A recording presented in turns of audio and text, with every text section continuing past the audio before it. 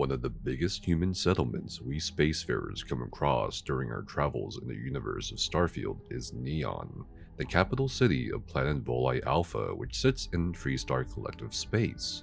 Corruption and decadence lie at the heart of what is essentially a Titanic ocean rig.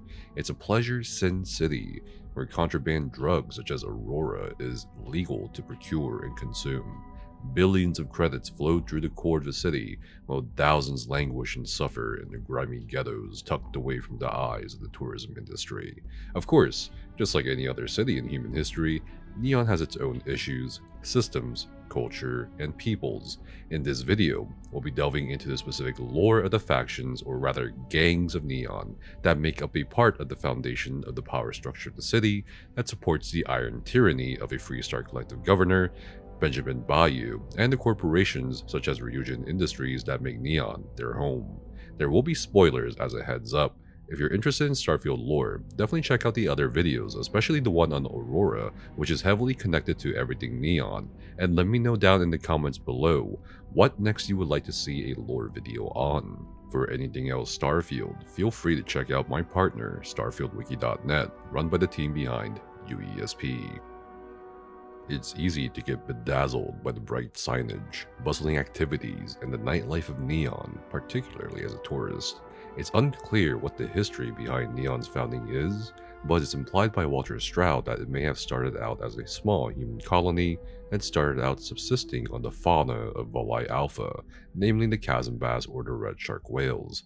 But once the psychotropic effects of chasm bass oil was discovered, it seemed there was a gold or fish rush that propelled the growth of Neon to what it is today, including its massive energy roof that uses the frequent lightning strikes of Volii Alpha to power the city.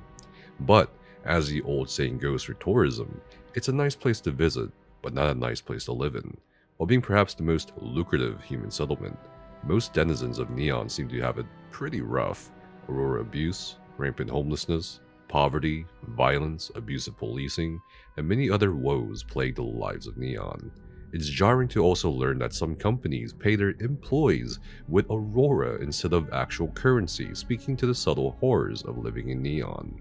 When we make our daring escape from the Astral Lounge in Neon with Walter Stroud, we realize the uncomfortable truth that Walter Stroud, despite being in Constellation, is first and foremost a billionaire executive who, like his other colleagues and his wife Isa Eklund, view Neon as their playground in which corporate espionage, blackmail, and even murder are all fair play and accepted as both entertainment and necessity. From all of this, we can assume the surface hierarchy of Neon to look something like the following. At the top, we have Benjamin Bayou, who administrates the entirety of Neon as the mayor and a Freestar Collective governor, a public statue of himself, the naming of Bayou Plaza, his involvement in Aurora manufacturing and distribution, along with the very obvious usage of Neon security forces to enforce his predatory taxes and fees, are indicative of the power he has. Even his housing of independent corporations in his trade tower indicates his fingers being in everyone's pie. Below, or perhaps next to Benjamin Bayou, depending on the corporation, are the corporations themselves, with its executive teams and teams of mercenaries and cyber runners constantly vying for dominancy. Under the direct or indirect control of Bayou, we have Xenofresh that manufactures Aurora and the Neon security forces abusing their positions for bribes or for their own gain, so long as they follow Bayou. Under all of this is of course the independent merchants we can find in either Abiside or Neon's core, who seem to struggle with the extortions by Neon security and Benjamin Bayou's stringent regulations. Of course, everybody else is at the bottom, having neither political or economic voices to speak with. Outside of this hierarchy is of course the tourists, outsiders, and the Freestar Rangers, who view Neon as a hands-off operation as far as enforcing the laws of the Freestar Collective goes, which probably creates a tense but understanding relationship between Bayou and the Council of Governors. But if you think this hierarchy looks suspiciously empty, then you'd be right, as we need to discuss the underbelly of Neon that play into this dynamic, in particular, the gangs. Technically, the Neon security forces are a gang, much like how in our reality some police forces have been considered little more than uniformed gangsters, but we'll be focusing more on the gangs that operate a bit more outside of Benjamin Bayou's direct influence, such as the Abiside Strikers, the Disciples, and the Seokha Syndicate. There is a published book titled Neon Gang Culture, written by a Carl Lupino, available for reading in Starfield, that softly introduces us to these three gangs.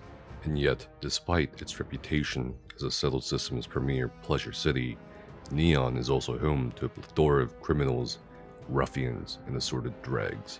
Some of these malcontents merely walk the streets alone, preying on lost tourists who have strayed too far from the beaten path.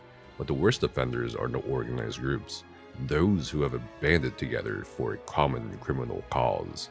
The worst offenders, of course, the Seokha Syndicate, a crime syndicate bold enough to publicly flaunt their name, and rumored to be affiliated with or even directly controlled by Neon Mayor Benjamin Bayou.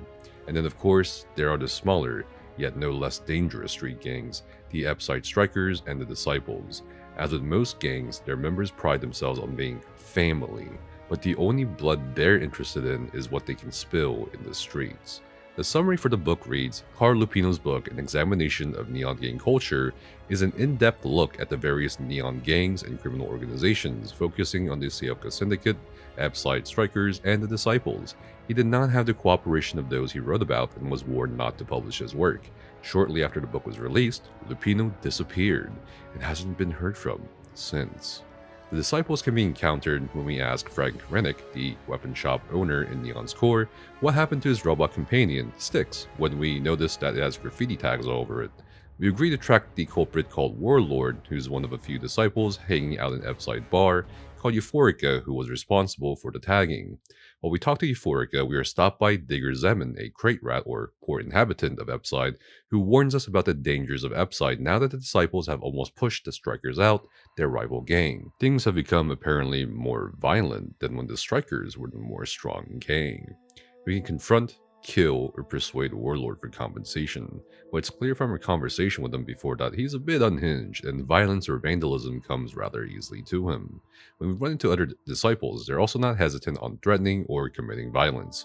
We do meet a named disciple leader called Holt Henley, who attempts to persuade us in betraying the Abiside Strikers how we decided to join the Strikers in their efforts to reclaim their street cred. It's clear that Henley believes in the idea of only the strongest should survive in the dilapidated environment of Neon. Holt Henley's attempted negotiation shows that while the disciples think in the short term, they are also no strangers to manipulation or plots of betrayal. It's uncertain if Holt Henley was a de facto leader of the disciples should we spacefarers kill him. Even if he was, it's highly likely that due to gang structure, the disciples would have a new leader through either ploy or bloodshed. Should we take the disciples' deal in betraying our Striker gang members, the quest is rather abruptly ended once we put the last bullet into someone's head. There is no epilogue or congratulatory meetup with the disciples. It just ends without so much as a word, which speaks to the theme of not just how fast gang violence can end lives without some sort of dramatic real-life cutscene, but also the continuing cycle of violence in the background that one can simply not think about after wiping off their hands of it. Ironically, while the disciples are the most indiscriminately violent and brutal gang with no long-term stratagem in place, they seem to be one of the biggest opposing anomalies within the gear cogs of Neon as far as Benjamin Bayou is concerned. This is indicated by Neon security officer Owen Dexler, who wants to keep the violence and by extension the disciples in check before things get too out of control. Indeed, it initially makes one wonder what would happen if the disciples fully acquired military-grade weapons and started a power struggle between themselves and the rest of Neon. But we suspect some sort of rebellion will be short-lived once we consider some factors that we'll go over later in the video. An older gang, but still ruthless if they need to be, is the Abiside Strikers. We can meet the remnants of the Strikers when we run into Andrea Sandoval, a striker hanging around Madame Salvage's place. It's more than likely the perspective we take as the player when we hang out with the Abiside Strikers, but they seem very familial. It's clear that there are strong bonds of loyalty between the remaining Strikers, after most of them were cut down by the disciples. But this is a common feeling to experience or observe in all gangs in our reality, and also a callback to Carl Lupino's book on Neon Gang culture, where the notion of family is strongly embedded in the Neon Gang lifestyle, and probably more so in an underdog gang. It makes us wonder, had we joined the disciples before the Strikers, would we also see and feel the same human experience? The answer to this question is, well, given when we talk to a disciple we can hire for our ship crew. So, before we finalize anything, I should probably tell you that I'm a member of the Disciples. If that changes your mind, I get it. I couldn't stand what Neon was turning me into. This city has a way of sucking the life out of you and making you mean. I've seen it happen to lots of people. When I was forced to join the Disciples, I felt the meanness starting to get to me too. And that's what convinced me it was time to go. Not by a long shot. They strong-armed me into it. The gangs in Neon are just as good at taking advantage of people as the megacorps are. Unless you're born into money, your best hope at making a living in Neon is slinging chasm bass or getting into some kind of crime. And if you do manage to wrestle your way up the ladder, there's always someone above you trying to kick you back down. When you live that way long enough, you start losing hope. Some turn to Aurora for a substitute. Those who don't end up just drifting. It's horrible. You're right. I'm sure the Xenofresh execs aren't complaining. Abiside, the rough part of town. My family shared a sleep crate with a few other people. It was cramped, but at least we had a roof over our heads. Not everybody in Neon can say the same. There's a lot of homelessness in Abiside. That's the kind of stuff I was happy to leave behind. I didn't have much of a choice. My family owes them a lot of money, and they agreed to let us off the hook for some of it if I'd join the gang and work for them. I couldn't pass that offer up. My parents don't have a lot of income. They opened a shop in Abiside with the money the Disciples loaned them, but the Strikers burned it down. I guess they thought the Disciples were using it for some kind of money laundering. Just as Andrea, Briggs, Vogel, and Hatch tell us their stories of how they ended up as gangsters, from stories of being a successful businesswoman who crashed in Aurora, or to being unfairly laid off while already being impoverished, it's made clear to us that both the Strikers and the Disciples are an almost inevitable product of Neon, their environment, but both should be treated for what they are still, violent street gangs. Should we decide to side with the Strikers against the Disciples, we get a pretty dark conclusion to our brief stint with the gang when they are offered employment by Neon security officer Owen Dexler. At a glance, it's a happy ending for the members of the gang. They don't need to rob, kill, extort, or do other illegal activities anymore to just survive on the streets. They can have a secure income, their own housing, and Neon Security is one hell of an employer in the city, so they get power too as individuals. The recruitment of the Strikers means there is no chance for a struggle against Benjamin Bayou. No community leaders or rivals can ever spring up in this Sin City because they'll either get recruited or disposed of. The harsh reality that change could never occur in Neon so long as Bayou remain in power sets in once we realize that Strikers, by joining Neon Security, are just continuing the cycle of violence, just in a different uniform, because it's clear that without the violence, Neon Security becomes less relevant. The interest in the elimination of crime or violence is very low, but the interest in moderating violence is obviously quite high as far as Neon Security personnel is concerned. And this is okay for Benjamin Bayou as well, even if he doesn't know about his personal forces, selfish interests, because the violence, the drug abuse, and so on keep the people and any potential malcontent in check. Before we move on from the Strikers, it's important to mention that Madame Salvage, apart from being in the group of independent merchants, also has gang connections such as the Abiside Strikers, who are given protection and refuge in her establishment as a payment for favors done in the past. Very interestingly, Madame Salvage is the person we need to talk to in order for us to remove our Neon Street Rat trait, implying she is a bigger part of the Neon underworld than we think. Lastly, the Seokha Syndicate are a bit less obvious in Neon compared to the Disciples or Abiside Strikers. They don't necessarily prowl the streets to prove that they are worth something. Their name alone strikes uncertainty or fear into the people we do talk to anyway. Even Freestar Rangers are reluctant to deal with this criminal organization, which tells us something. We can encounter the Seokha Syndicate primarily through our adventures with Sam Coe when we need to extract his ex-wife, Lillian Hart, from an undercover operation in the Syndicate, and when we need to procure the permission of Benjamin Bayou to enter the Seokha Syndicate hideout in Frankie's grab-and-go store so we can confront Imogen from Ryujin Industries. Compared to the Disciples and the Strikers, the Seokha Syndicate is on a whole different level with hundreds, potentially thousands of members. As an organization, it's more affluent with its members wearing the 24th century equivalent of suits. They have their own ships, one of their hideouts is quite elaborate. Neuroamps are equipped on many of its members, and there's a very clear organization of ranks that I've compiled based on in-game readings. Starting from the bottom, we have Syndicate, which is a member.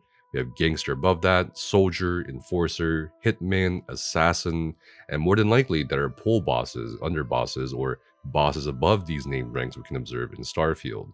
It seems that the aesthetics of the Seokha Syndicate is based on a blend of the Japanese Yakuza and the Korean Gangpei from our own reality, while the scope of their operations seem to be based on groups such as the Cosa Nostra, Triads, and so on. And as Lillian Hart put it, the continuing expansion of the Seokha Syndicate into the frontier of space would make it harder to eliminate their influence from said areas. However, it feels like given their influence already goes far beyond Neon compared to other Neon gangs, and that they clearly already traffic illicit goods or weaponry on legitimate ships, it may just be too late.